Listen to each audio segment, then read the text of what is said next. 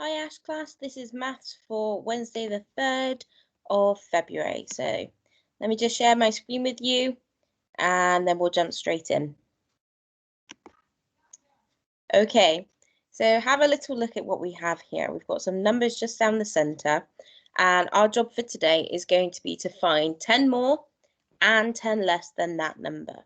So have a little look, think about, what needs to change to make this 10 more? What needs to change to make it 10 less?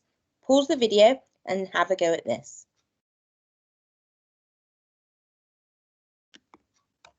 Okay, how did you get on? Right, so here we go. These are the answers for finding 10 more. So have a little look through, tick the ones you got correct. Don't worry if you found that some of them you didn't get correct. It's no problem, that's how we learn. Have a little look through the 10 less. How did we get on there? Okay, let's jump straight into our maths for today. So our job for today is to think about this. We're thinking about this representation. I want to subtract 121. How could I show this as a calculation? And what could I do pictorially? Okay, so as a calculation, in order to work this out, the first thing I need to think about is what number is actually here. So let's have a little look. I've got, how many hundreds? I've got 200. I've got 1, 2, 3, 4, 5, 5 tens and 4 ones. Now, because I want to subtract, so take away 121, I use my subtract symbol and then I write down the number I want to take away. Okay, so this would be how I would write it as a calculation. But pictorially, how could I do this? Whenever we deal with a pictorial calculation, we deal with it in the same way that we would deal with it if we were doing it in an abstract manner. So if we were doing it as column method, sandwich method, any method like that, we always deal with the ones first.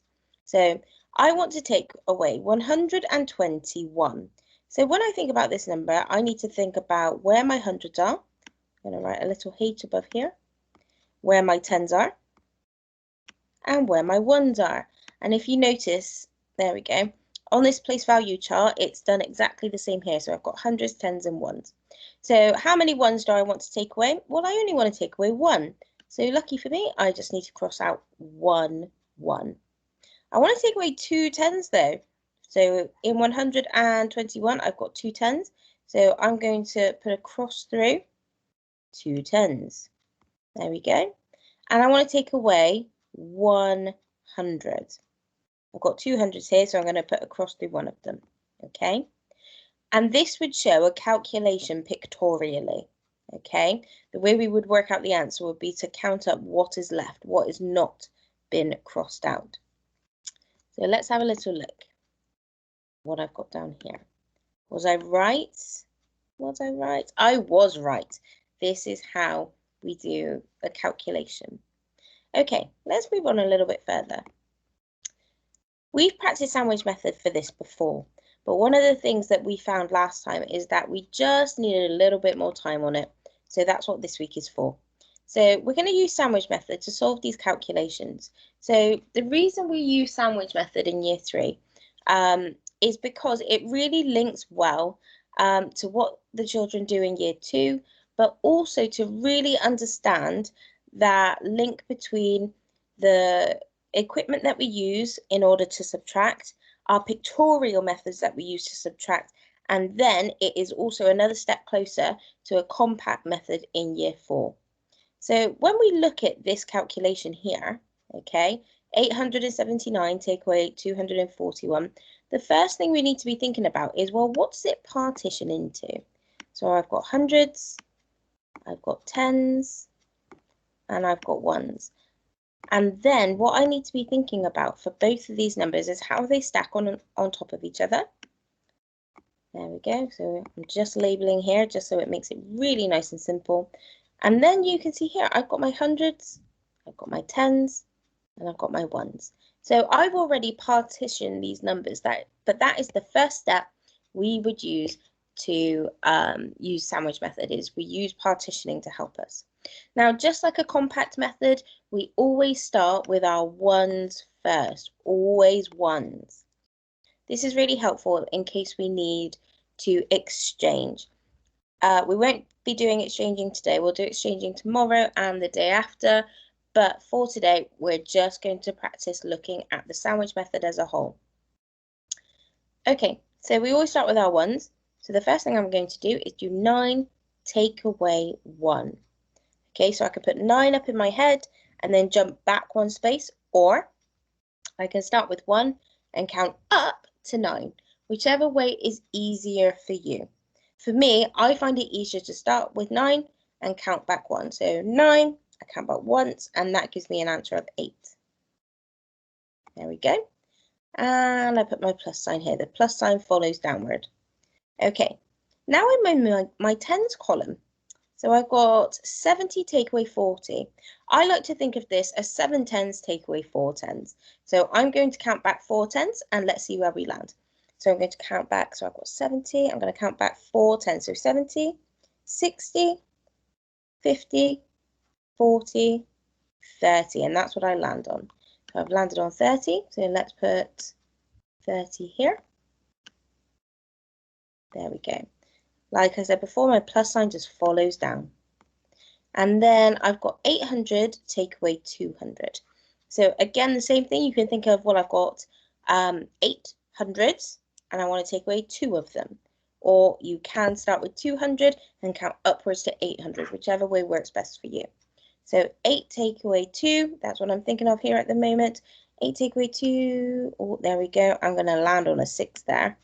But I know I'm working in hundreds. I'm not working in ones, I'm working in hundreds. That's a very, very elaborate 0 there, isn't it? Okay, and then I need to think about unpartitioning these numbers. I want to put these numbers back together.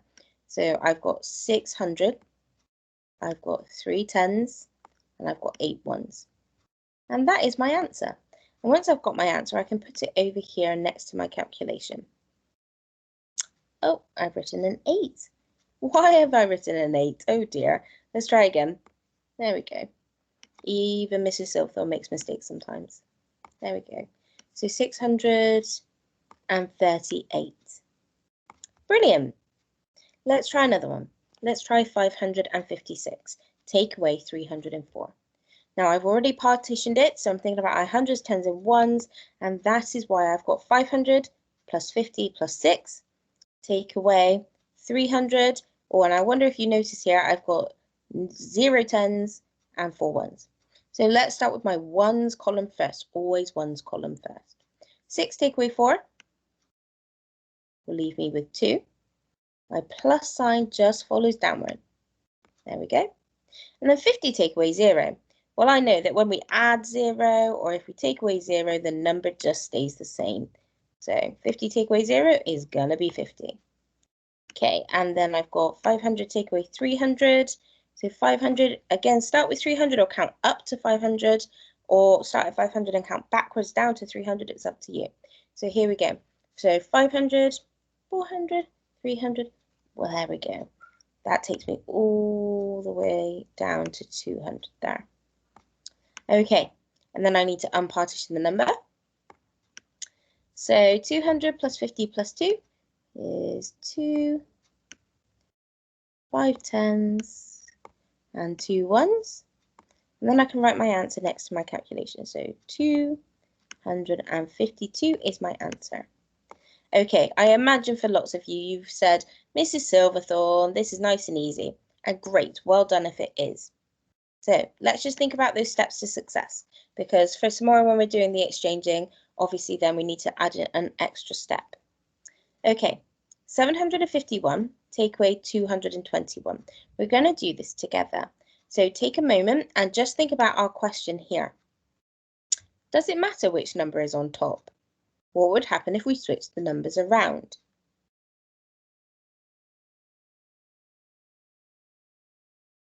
Okay, once you've had to think about those two questions, let's begin. It does matter which number is on top, especially when we're doing subtraction. When we use subtraction, we can't use that beautiful method of commutativity. That rule does not apply here. If we tried to do 221, take away 751, we would end up with a huge minus number, which is not what we're looking for. So it does matter which number is on top.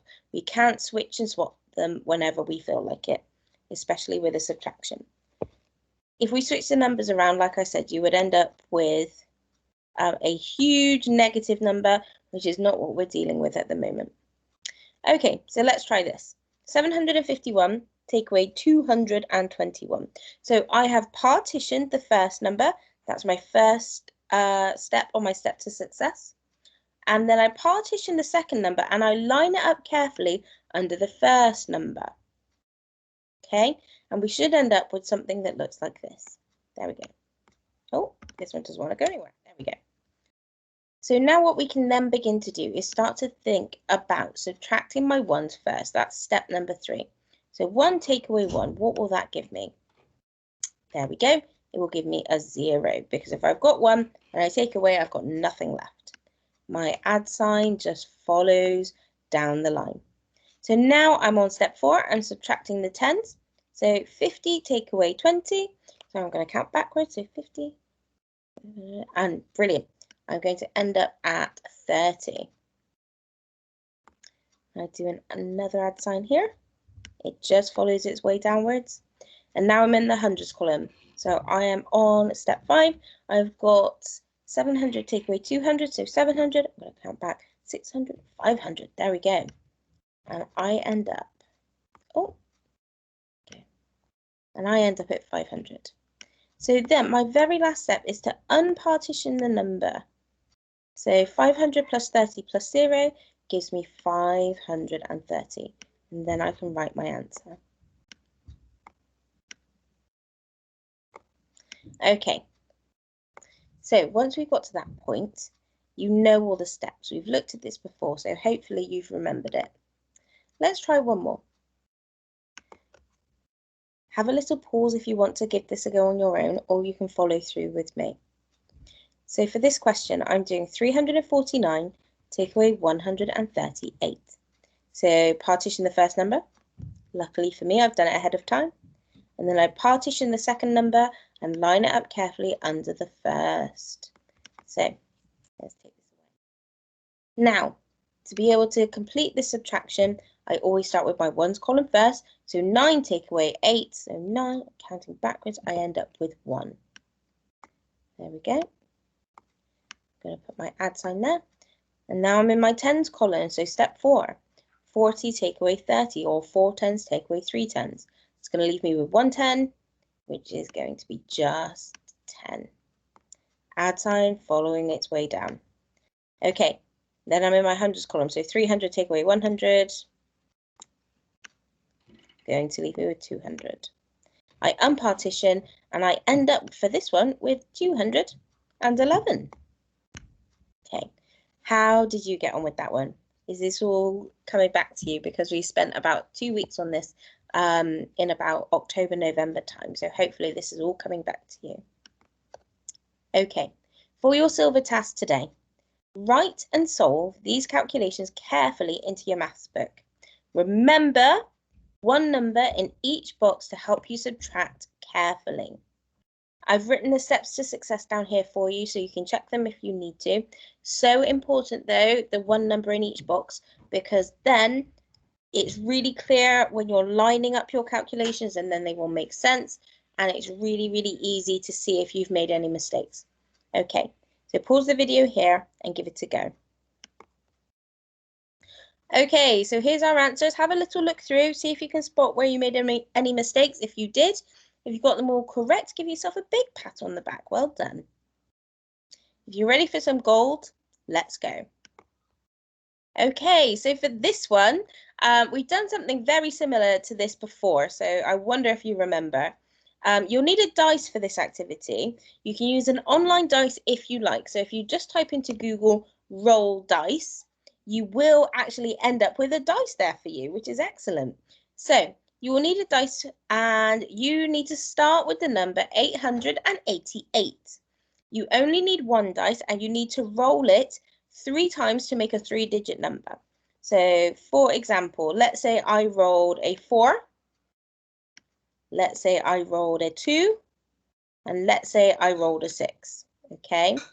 my job would be to take that away from 888. So my calculation is always going to start with 888, and then I'm going to be taking away the number that I roll. Now, I want you to think about how many different calculations you make, and I want you to solve them using sandwich methods. So aim to make at least 5 different calculations. Pause the video here and give it a go.